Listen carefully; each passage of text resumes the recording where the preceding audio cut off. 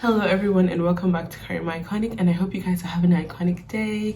Today I have another chatterbox video where I'm going to be discussing ways for you to work on your time management, and this is good for people who are going through a life crisis or a quarter life crisis, midlife crisis. You're in the middle of university and things are very difficult. You're in the middle of school, secondary, primary school, you're struggling. This is just how I dealt with my own problems using effective time management and how this helped me in completing my studies. So I just want to disclaim that I am not in any way qualified to be a life coach. I am just giving personal advice from my experience. I have ADHD, which is attention deficit hyperactive disorder.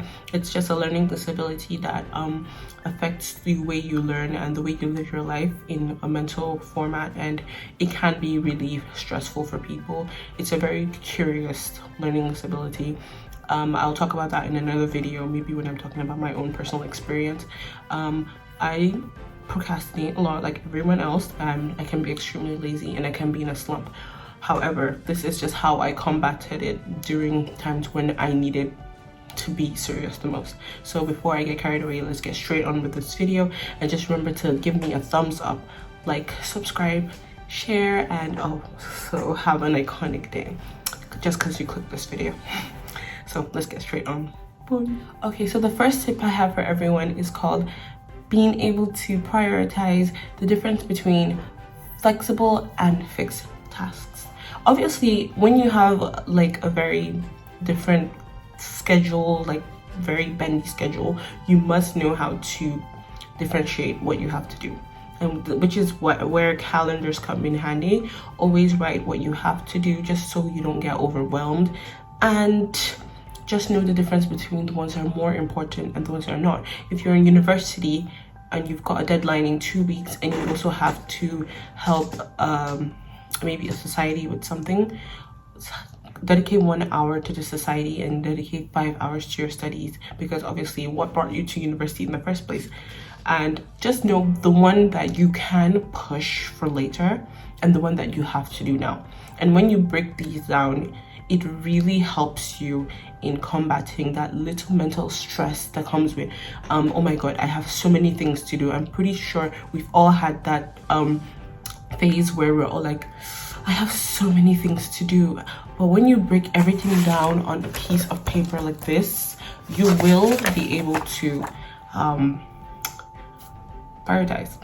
The second tip I have is in relation to the first one, which is about prioritizing. The second one is about using to-do lists. So to-do lists are very basic ways of time management, but it may seem like something that everyone should already be doing, but so many people don't realize how important it is.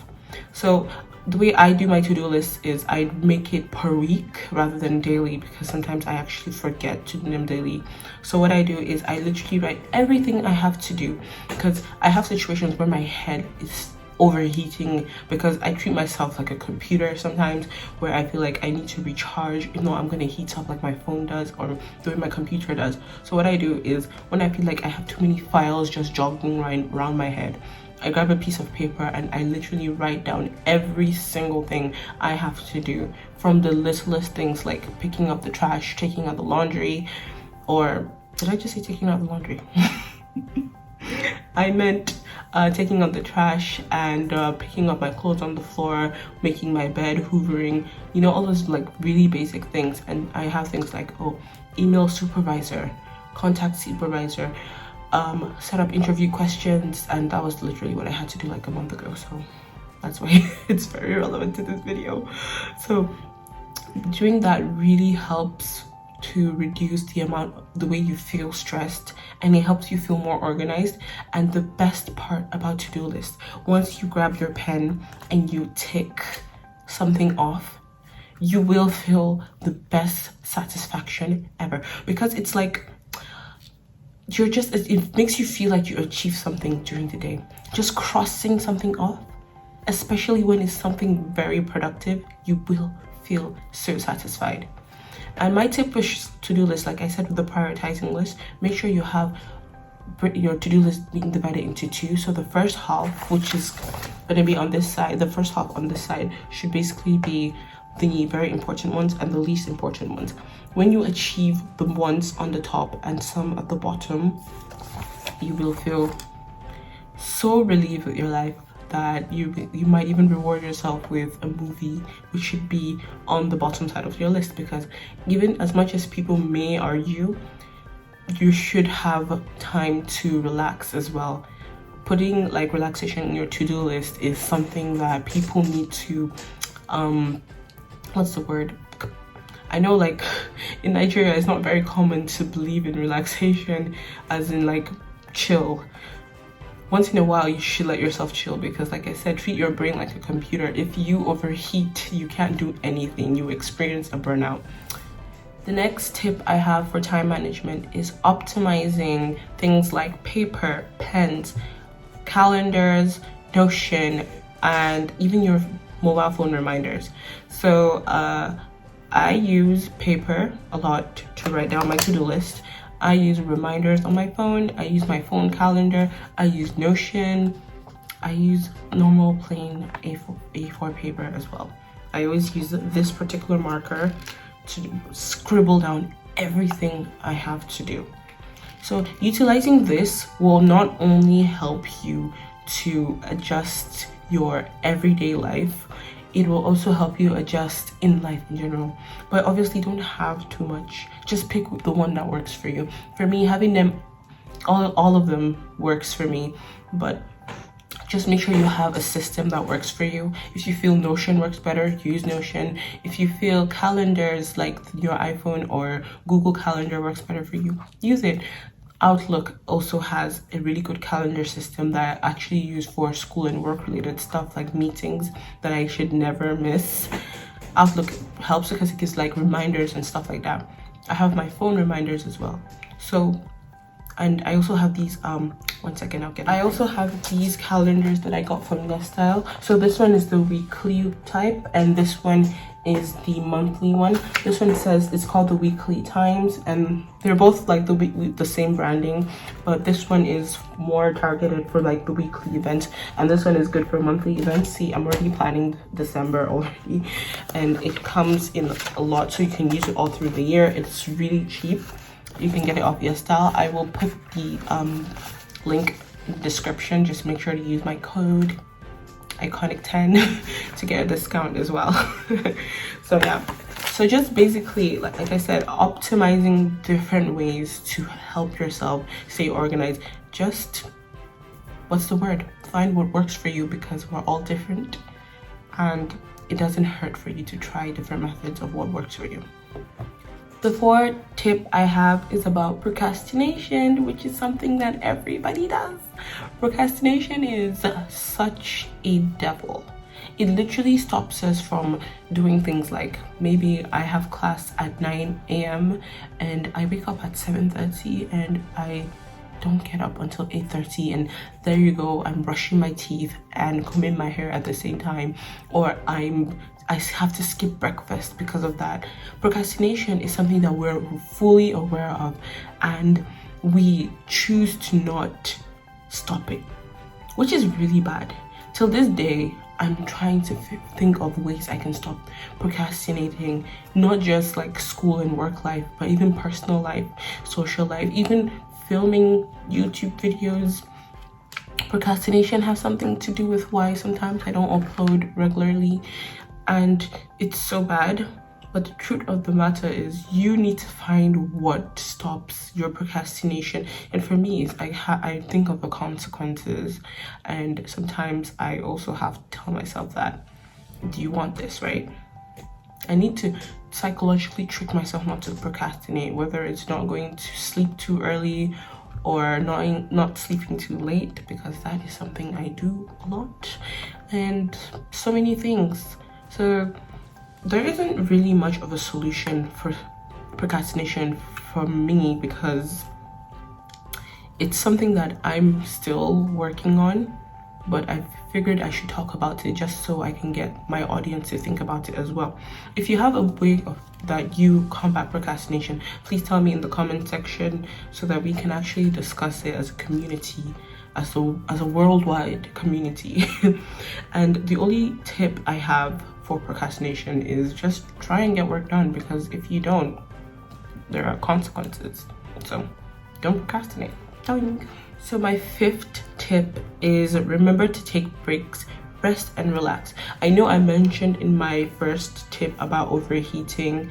This has similar information, which is avoiding burnouts. So you may think working a lot in a 100% move would be the best way for you to combat your life, but that just makes you overwhelmed. Especially as you're getting older, you will experience stages where when you overwork yourself, you will experience something called a burnout.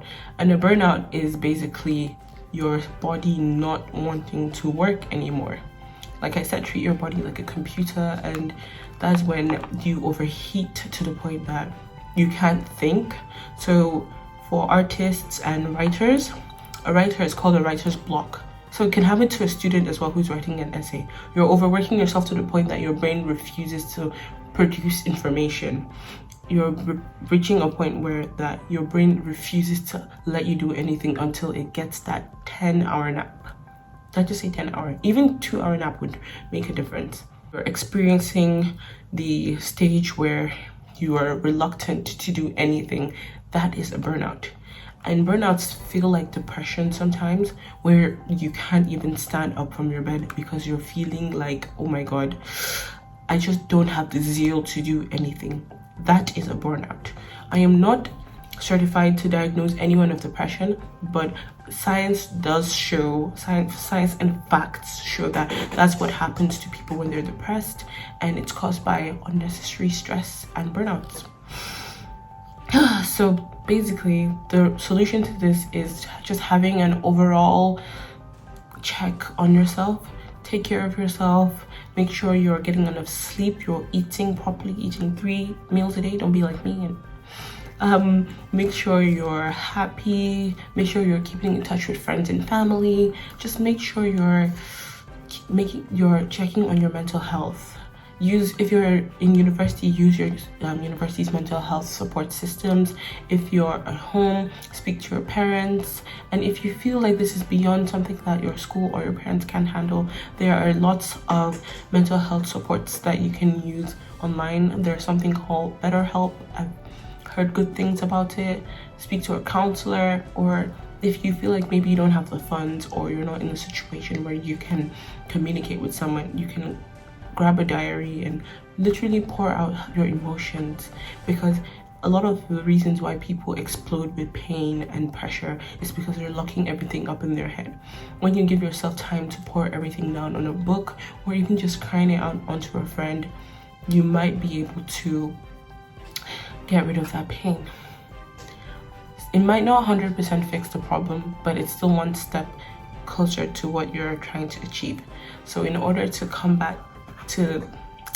get good time management and combat stress, make sure to take care of yourself mentally. And the last tip I have today is basically just overall not comparing yourself with other people. One of the things that makes people reluctant to change the way they do things, and it affects their time management, is comparing themselves to others. When you compare yourself to others, you feel, I need to act like this person, I need to do like this person, I need to do this, I need to do that. Just because person A is doing this doesn't mean person B can't or should. You should find a system that works for you. Like I said at the beginning of this video, this is just things I did that helped me personally, and I found it really effective, and I thought I should share. You can take bits and bobs from this video, or you can choose to follow the entire video. But personally, I do feel that you should find a system that works for you, because no one knows you like you know yourself. Finding an amazing time system, like I mentioned with the optimizing calendar point, just find a solution that helps you. Maybe yours is even doing things last minute, even if I do not advise you do that.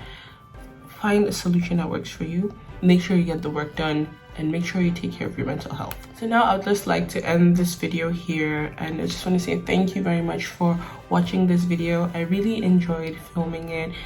I did have some technical issues, which is why I'm filming at night.